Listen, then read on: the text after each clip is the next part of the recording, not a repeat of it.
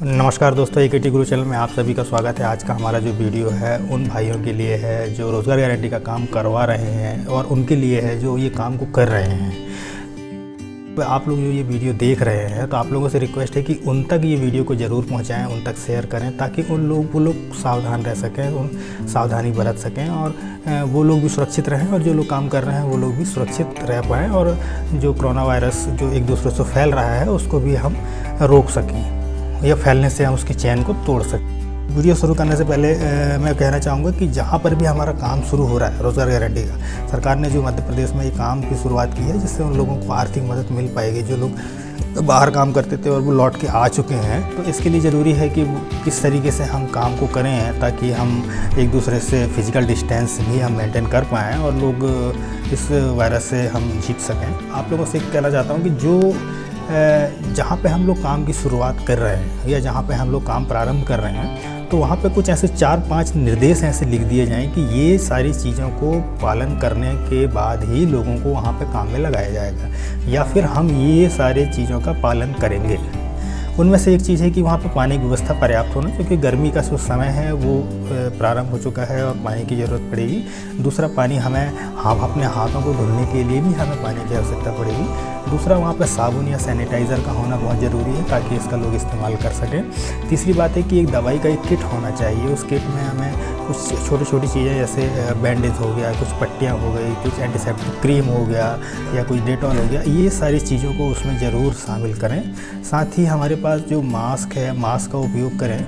Mask नहीं है तो जो कपड़ा है या गमछा है उसका इस्तेमाल हमारे भाई लोग वहाँ पे करें और काम के दौरान उसका इस्तेमाल करें। तो ये एक सूचना ज़रूर वहाँ पे लगा दी जाए और उसके बाद ही वहाँ पे काम शुरू करें।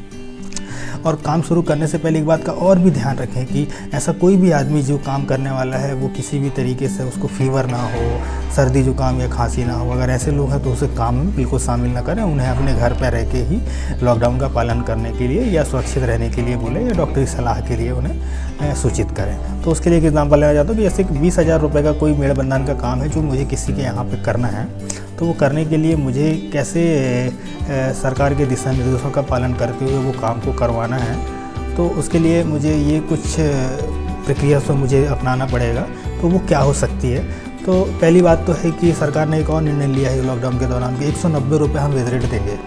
तो अब 190 रुपये वेज रेट देंगे, इसका मतलब ये है कि लोगों का मिनिमम वेज रेट 190 रुपये हो सकता है। साथ ही जो लोगों का काम है, जो पहले हम खंती की बात करते हैं कि खंती में 10 फीट लंबा, 10 फीट चौड़ा, 1 फीट गहरा ये खंती होगी, लेकिन जब 190 रुपये वेज रेट है तो वो खंती का जो साइज़ है उसका जो आकार है वो कम हो जाएगा।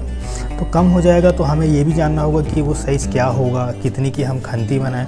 तो ये 10 फीट लंबा, 10 फीट चौड़ा, 1 फीट गहरा ये फिक्स नहीं होता है। ये आप अपने हिसाब से तय कर सकते हैं कि ये साइज़ क्या हम रखना चाहिए ताकि लोगों को 190 रुपये है। और आप लोग जानते हैं कि SOR का एक सरकार के द्वारा तय एक रेट होता है जो काम के आधार पर घन मीटर के हिसाब से दिया होता है। जैसे मैं आप लोगों को दिखा रहा हूँ कि 301 आइटम नंबर SOR का है जो मिट्टी खोदने के लिए है। इसमें मिट्टी के प्रकार के आधार पर कि अगर सॉफ्ट सॉइल है तो इसमें 107 रुपये 5 पैसे पर घन मीटर उसे मिलता है।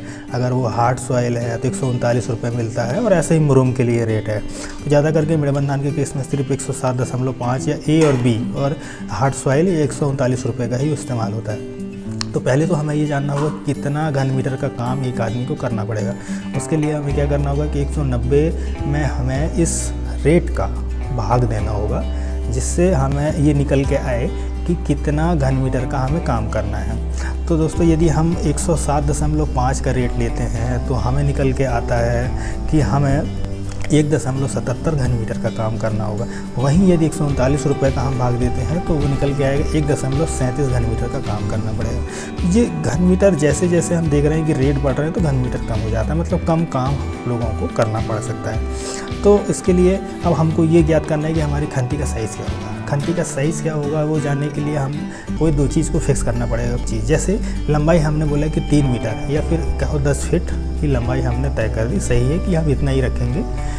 गहराई हमको 1 फीट का रखना है, ये भी हमने तय कर दिया। अब हमको चौड़ाई जानने की बारी आ रही है। तो टोटल घन मीटर में यदि हम जो लंबाई और गहराई का गुना करके भाग देते हैं तो हमको निकल जाएगा कि चौड़ाई कितनी है। यदि मैं 1.77 घन मीटर में अगर चौड़ाई जानना चाहूँ तो वो निकल जाएगा कि 3 मीटर लंबा 1.96 कैसे आया, 1.77 बटे 3 गुना 0.3 किया मैंने, तो मेरे को चौड़ाई मिल गई। इसलिए मैं बोल रहा हूँ कि 3 मीटर लंबा 1.96 चौड़ाई और 0.3 गहराई अगर करेंगे तो इन तीनों का गुणा करने में मुझे क्या मात्रा निकल के आती है, 1.77 घन मीटर। मतलब मैं इस नाप का भी इस्तेमाल कर सकता हूँ। ज़रूरी नहीं कि 3 मीटर रखना, आप 2 मीटर रखेंगे तो आपकी जो चौड़ाई है वो बदल जाएगी। का मतलब ये खंती का साइज़ में अगर अपने लोगों से काम करवाना चाहता हूँ और उन्हें देता हूँ तो ये खंती का साइज़ पर्याप्त है कि वो 190 रुपये लोगों को एक दिन का वेज रेट दे पाएगा। तो अब बात आती है दोस्तों कि ये तो हमने आकलन कर लिया कि हमें ये खंती का साइज़ रखना है। इसके साथ साथ ही हमको ये भी देखना पड़ेगा कि लोगों एक आदमी से दूसरे आदमी की दूरी कैसी हो। तो उसके लिए हमें क्या करना पड़ेगा कि हम 3 मीटर लंबा जितना चौड़ाई हमने तय किया है वो चौड़ाई और जो गहराई है वो हमें खोदना है।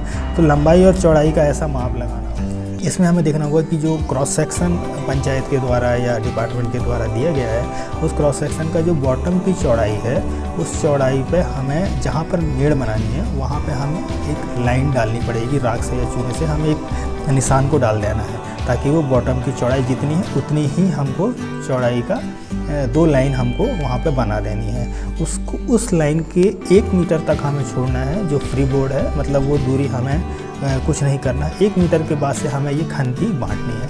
तो हम एक खंती, फिर दूसरी, फिर तीसरी, फिर चौथी, फिर पाँचवीं, ऐसी लगातार हम खंती को नाप देंगे। चौकोर जो भी उनका खंती होगा वो दे देंगे इसी नाप के आधार पर। और जब हम काम को लोगों को जब काम बांटेंगे कि आपको कौन सी खंती पे काम करना है तो पहली खंती पे हम काम देंगे, दूसरे वाले को हम काम नहीं देंगे, छोड़ देंगे। तीसरी खंती पे काम देंगे, चौथे वाले पे हम छोड़ देंगे। तो इस तरीके से हम खंती का बंटवारा कर देंगे। इस प्रक्रिया को आप लोग इसका थोड़ा सा पालन करें जिससे आप ये जो महामारी फैली हुई है इससे आप सुरक्षित रहें और लोगों को सुरक्षित करें। और लोगों का सरकार का जो फैसला है कि लोगों को आर्थिक मदद हो सके इसका आप लोग सहयोग करें। धन्यवाद दोस्तों।